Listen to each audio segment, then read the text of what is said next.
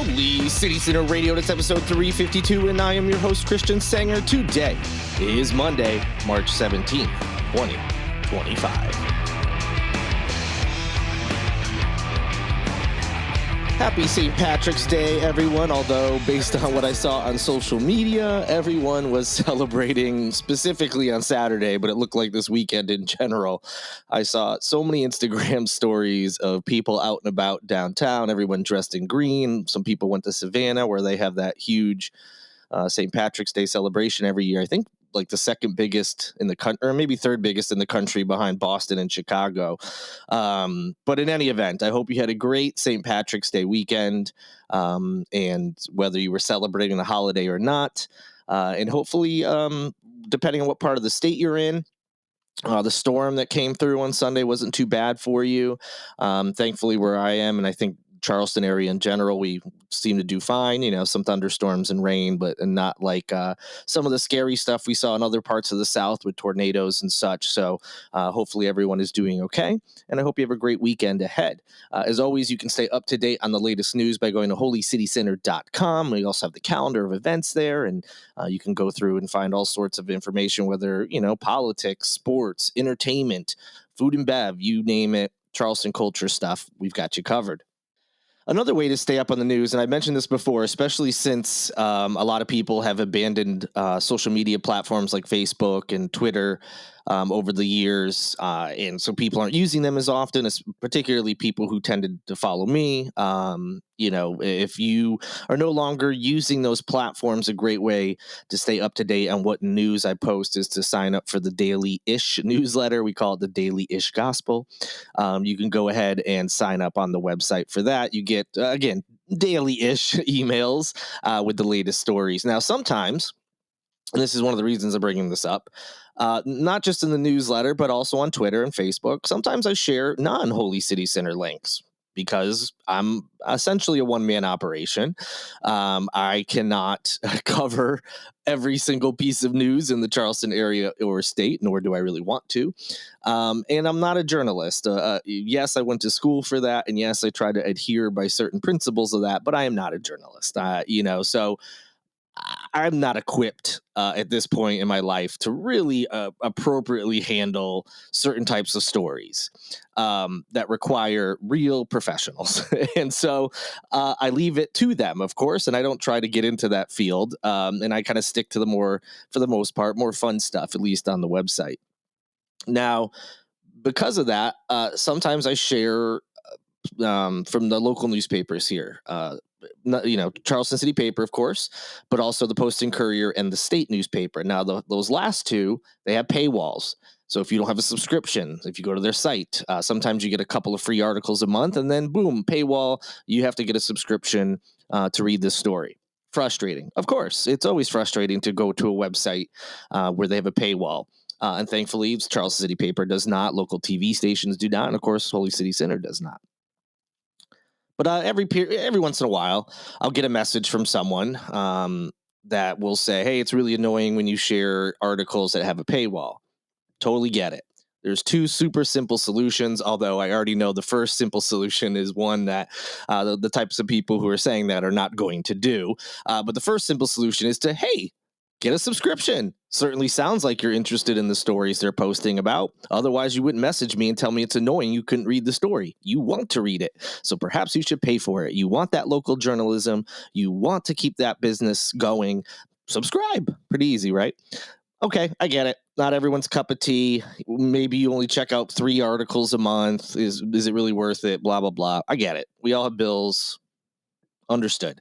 Although, yes, I was being a little bratty and sarcastic a moment ago, but I do get it. The second solution is even easier, I promise you, and it doesn't cost you anything. Just about every browser that I'm aware of, whether on your computer or your cell phone or iPad, whatever device you have, just about every type of internet browser has something called a reader mode or something along those lines. There's a little icon where you can click reader mode. And I think the main purpose of this is to, it takes away like all the ads. So if you're on a website that has a lot of like pop-ups or even just, the little banner ads that you see on websites. It just cuts away all that stuff and just simply gives you headline, whatever photos are part of the story in the actual story itself. It gets rid of all that other crap.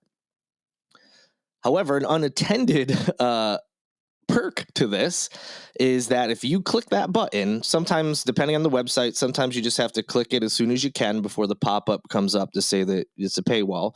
But other times, even when the pop-up comes up, you can just click the reader mode button and boom, you got access to the whole article and you didn't have to get a subscription. Pretty cool, huh? Keep that in mind. Spread the word. I'm going to continue to share articles because the Post and Courier, whatever you think about paywalls and such, they do incredible work, and they deserve to be paid and be paid better than I'm sure they are for the work they're doing. So you should be subscribing. But again, I get it. It might not just be in your budget and all that. So if you can't do that, reader mode is the way to go. Now that I've got that out of the way, sorry, I just got an email a moment ago about it. Let's get into the latest news, and there's plenty to talk about. So you remember that condo downtown over by the South Carolina Aquarium, if not the tallest, one of the tallest buildings on the peninsula, was deemed a potential public safety threat. Everyone had to get out of there. They were forced to evacuate, and in some cases, they weren't allowed to use the elevators to bring like furniture out of there because even that was deemed like, hey, this is too much of a risk. So I don't know, what happened to all that stuff. It just left there. They're out of luck. But while that's happening, there, believe it or not, is another building downtown that is unrepaired and has been recommended to have work done to it.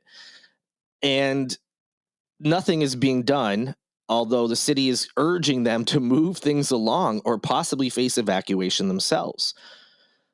Now, we're talking about the Ashley House. This is the building. It was built in 1965. It sits at 14 Lockwood Drive. So it's that when you're on the like James Island connector area by MUSC, it kind of sits in between MUSC and the Ashley River. I think you know what I'm talking about. Big brick building.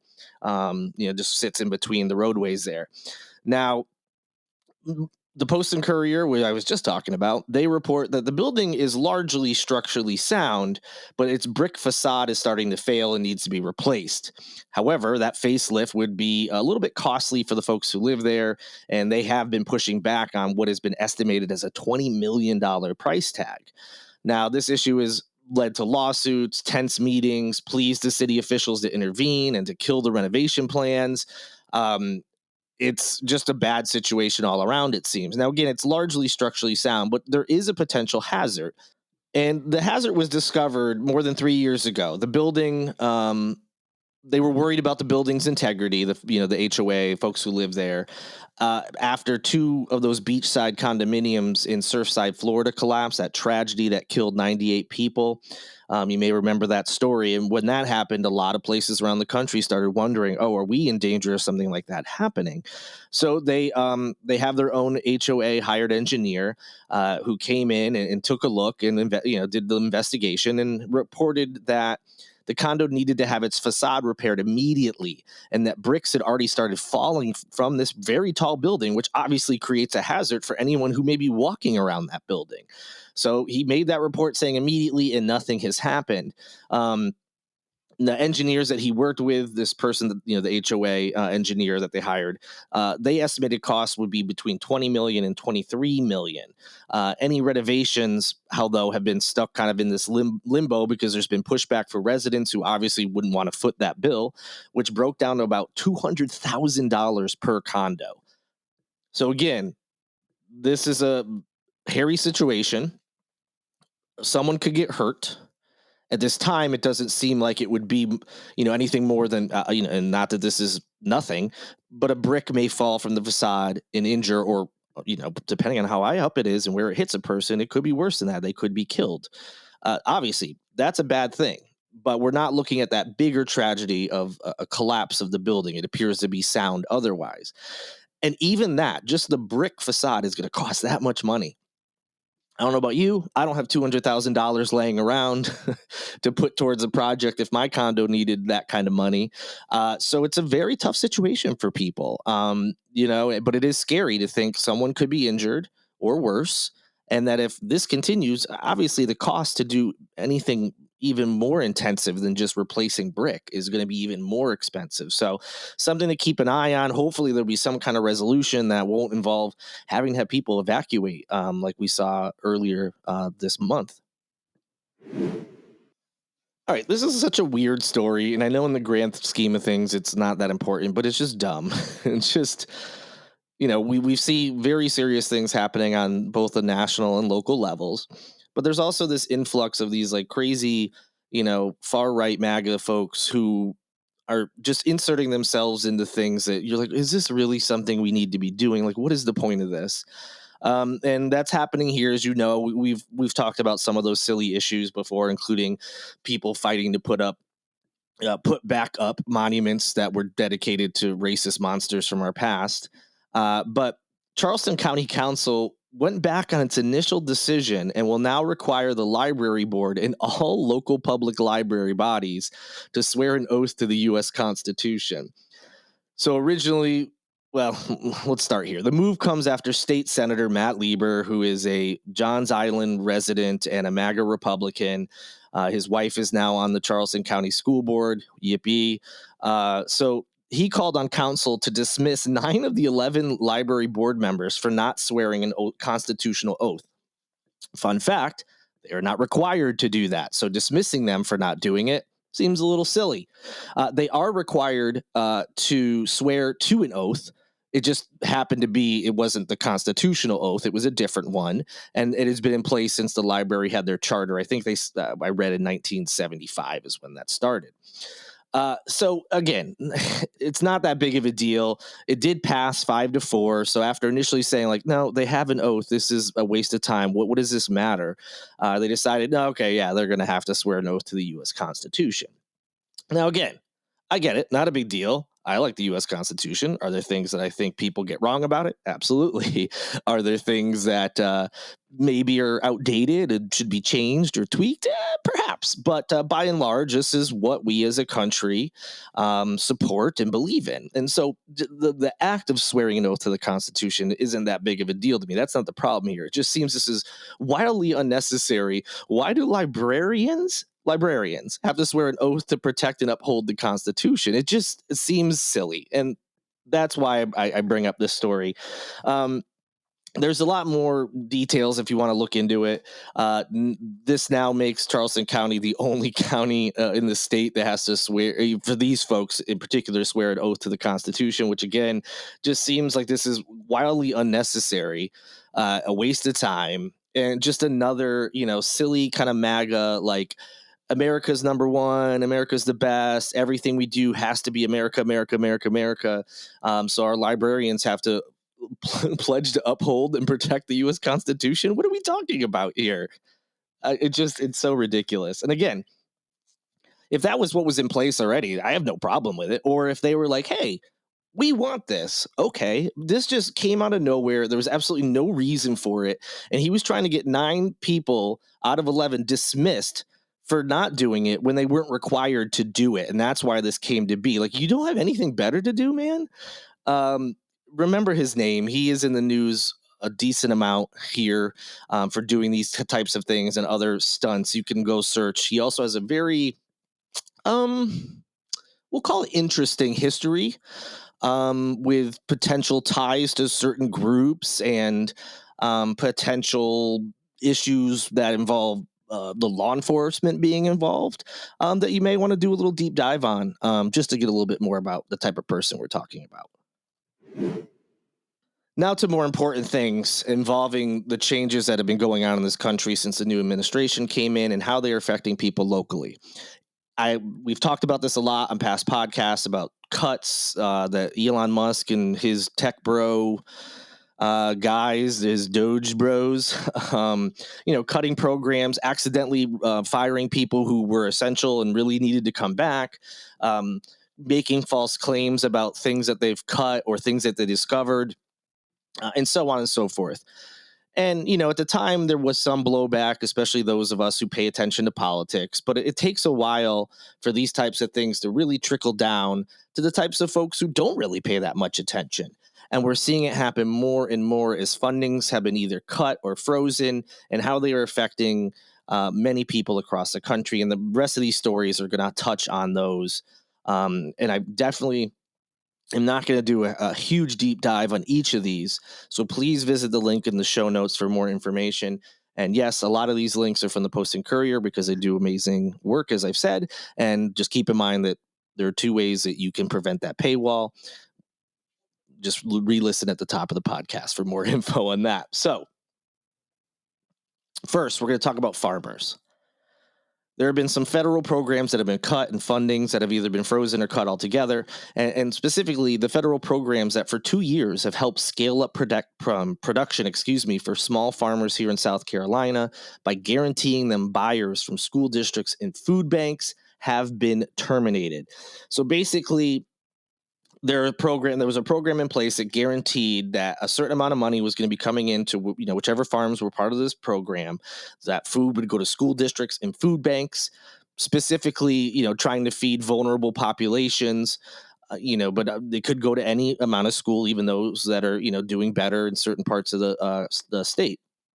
But it also was helping this homegrown farm industry. It was giving guaranteed money and places for their product to go.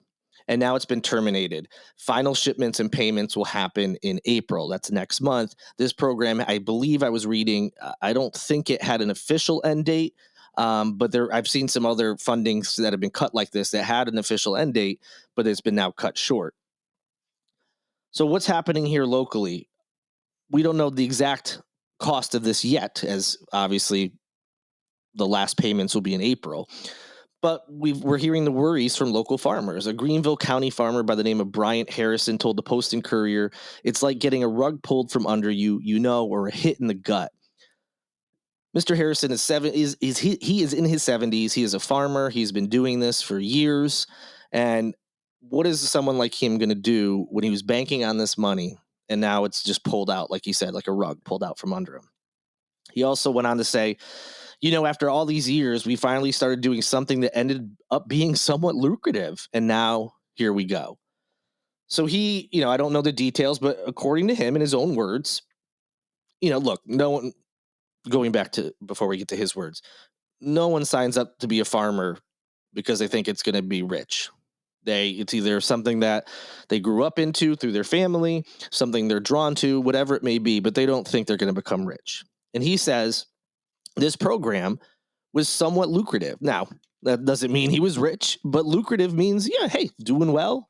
Maybe you'll be able to afford a few different things. We've all been there before. We get a new job or we get a promotion or something, and it comes with more money and things get a little bit easier. And what's harder than, going from, moving forward isn't that hard because you're used to struggling, and then you get to be a little bit more able to stand on your own 2 feet and you're feeling more confident. It's a lot harder to drop back to that time when you've gotten used to, not having to live a certain way. Now, again, I'm just speculating. I don't know the details specifically of this gentleman's life, but based on what he's saying, this is, something that was doing well for him.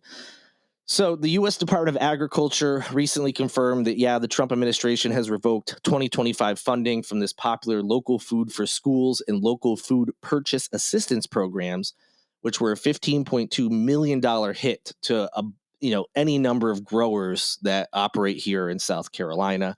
Not to mention, I'm sure other programs like this exist across the country and will be hurting those farmers as well. Specifically, 33 South Carolina farmers sent food to schools through one of these programs, the LFS, which is a local food for schools program, and 100 participated in the local food purchase assistance, or LFPA, program for food banks. Just like, they were trying to help multiple people, so if we're going to have farmers providing food to schools, let's focus on vulnerable communities. They gave preference to growers from socially disadvantaged groups. And that specific funding was supposed to last for at least another year. Another farmer, Ted Stewart, spent $13,000 on a tractor, plus more than that on seeds, to join a federal pilot project that was promoting sustainable farming practices. But now he doesn't even know if that program is going to happen. Stewart said he hoped to plant some turnip greens this spring on his 38-acre farm in southern Greenville County. In 2024, he joined a program at South Carolina State University that was funded by the federal government. That program was meant to educate and train minority farmers in climate smart practices. However, day one in office, President Donald Trump issued an executive order that froze the $3.1 billion allocated by former President Joe Biden to fund all sorts of climate smart initiatives, which included these types of programs for farmers. In addition to that, the administration has paused a disbursement of money linked to Biden's Inflation Reduction Act, which included $19.5 billion in agricultural-related conservation programs. That money would have supported programs like rotational grazing systems to improve soil health, shoring up waterways to reduce erosion, and converting diesel irrigation systems to electric. In addition to that, Trump's executive order has left thousands of farmers across this state and, of course, the country just scrambling, trying to figure out what they're going to do. The nicer weather's coming, of course. Different types of crops can be grown throughout the year, but we've got spring on the horizon. And now things that they were banking on and planning for are taken away from them, or they're not sure if they're going to have them or not. And they may be out some money for purchases they made in anticipation of being part of a program, or they're going to be out the intended money they thought they were going to get from that, or both. I mean, how does this help anyone? Are there things that can be cut in the government? I am sure there are. Programs, jobs, absolutely, I'm sure. That's the case for a lot of businesses, and the government's no different. But who wants this? Who is cheering on us taking away money from local farmers? That's just going to make prices go up. It's going to hurt them. We're going to get more, when we go shopping, we're going to have less local options. You go to the farmers market, if farms are having to close or having to do different things, it might be harder, or there might be less people there selling local produce. You're going to have to wait longer to get produce. None of this is good. Who wants this? And if you're cheering this on and the suffering that this is causing people, I mean, maybe reevaluate, your priorities and what you think about all this stuff. Another thing that could cause a huge financial fallout as it relates to some of these policies on the national level, this just wild idea to try to ban all instances of diversity, equity, inclusion, is also going to be costly, yes, monetarily, but more importantly, on the human level. But just to put it into some numbers that people don't always think about, a bill here in South Carolina was up to ban diversity, equity, and inclusion efforts throughout state government, colleges, and schools. If it was passed, it would have increased costs for South Carolina state agencies by at least $86 million annually and reduce grants and revenue by $8.2 billion. This according to a state report. Link is in the show notes for more details. So even if you don't agree with it, which just means you just don't understand what it's supposed to be, look how much it would cost. That's not saving money. That's going to be waste. We're all about waste, fraud, and abuse. Let's stop it. That's a lot of money wasted or lost. So the bill would have, I'm saying would have because Democrats defeated it. I'll get to it in a moment because the fight is not done. The bill would impact state agencies, including public colleges and K through 12 school districts and the businesses that they associate with. As you know, DEI is framed as a means to protect civil rights and end, illegal discrimination preferences, which would prohibit differential treatment on the basis of race, sex, ethnicity, gender, or sexual orientation. Others have, tried to make this reverse racism and, whatever else they want to call it. That's what it's supposed to be. And as I said in the past, if some projects and programs have they failed? Yeah, absolutely. This is still a relatively new thing that companies were trying to integrate into their processes, systems, whatever, and their culture. And it was going to take some time to fine tune it and find the right things. And some did better than others. But at the heart of it, that's what it's supposed to be. In any event, thankfully, this bill was killed on the House floor by Democrats in Columbia. But no, it does not mean the fight is over. We know that this is going to keep going and keep going.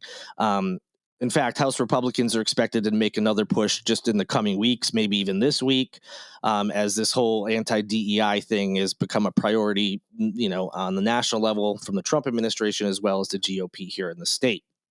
So, again, we're talking about these things happening on the national level, how they're affecting us here locally, and we're starting to see actual numbers. We're starting to hear stories from people who have been fired, let go, have lost medical trials that they're part of, et cetera. And it's just going to continue because this shows no sign of slowing down. But wait, there's more.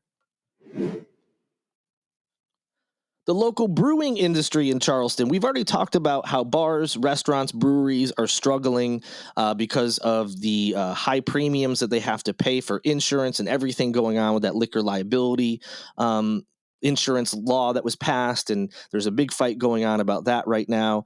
And there's concerns that one of the pieces of legislation, as you may remember from my interview with Gedney Howe, one of those pieces of legislation actually looks like it's going to harm more people and businesses as well as other sectors of the population. Putting that aside, though, our local brewers here are telling local media that they're even more on edge because of a 25% tariff that's been floated by the Trump administration on aluminum. Look, honestly, I don't even know where the tariffs are at this point because it seems like every day he goes back and forth. Tariffs are on, tariffs are off, tariffs are on. All right, well, they'll be on in 30 days. Never mind, that's done. I truly have no idea where they are at this moment. But it's been floated that there would be an aluminum tariff of 25%.